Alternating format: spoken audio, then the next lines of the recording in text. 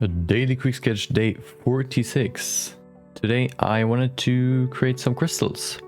So what I wanted to do is not only create some different looking crystals, I also wanted to try out different modeling techniques to create these crystals. So the first one, as you can see right there, is just using the usual modeling method and basically utilizing the beveling tool, not only on edges or individual vertices, but also on edges, and just moving them around so I have an interesting shape. I also then put in a bevel modifier just to bevel the every edge just one more time so everything's beveled.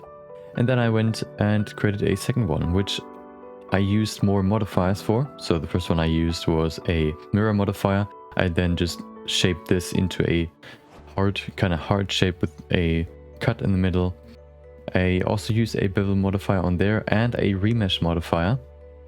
I didn't use the remesh modifier. That's just because I didn't like the result of it, so I just removed it and just used a bevel modifier. And then for the last one I just used a meta ball, put a few more meta balls together so we can get this nice organic shape. I then put a remesh modifier on it so you can get this more blocky, but I mean meta balls aren't really a mesh, so I had to convert it to a mesh.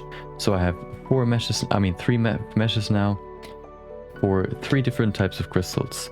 So the first thing I tried was using different modeling techniques. First, just modeling in edit mode, changing the form, using the bevel tool to bevel the edges. Second one, just using more modifiers rather than changing the form itself in the edit mode. And then the third one was using meta balls to form different shapes.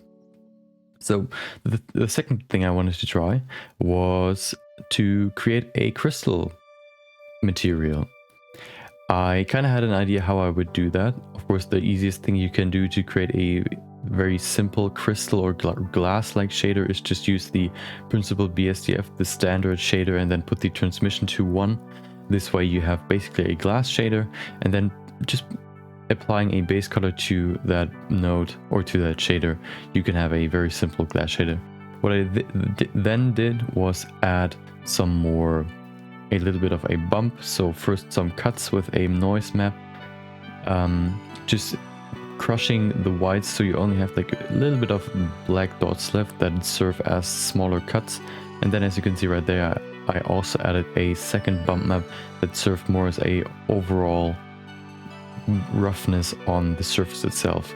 Otherwise, if it would be like completely smooth, I think that would have looked kind of unrealistic. So I wanted to add these two just to make it look a little bit better and more interesting as well, because if they would just be smooth, they would look kind of boring. And then one more thing I added was a fingerprint texture, just to also vary the roughness on these crystals. Just I think so the main thing that I add to create realistic materials is a roughness map, a bump map, and then overall just the look that I'm going for. This way you can very easily create very believable materials. This one, it didn't come out that well. I kind of wish I had a little bit more time, but that's basically the result. Yeah. If you have any questions, you can put them in comments. If you liked the video, you can like the video. If you didn't like the video, you can dislike the video and tell me in the comments what you want to see better done next time. Hope you have a great weekend, and maybe I'll see you next time. See ya!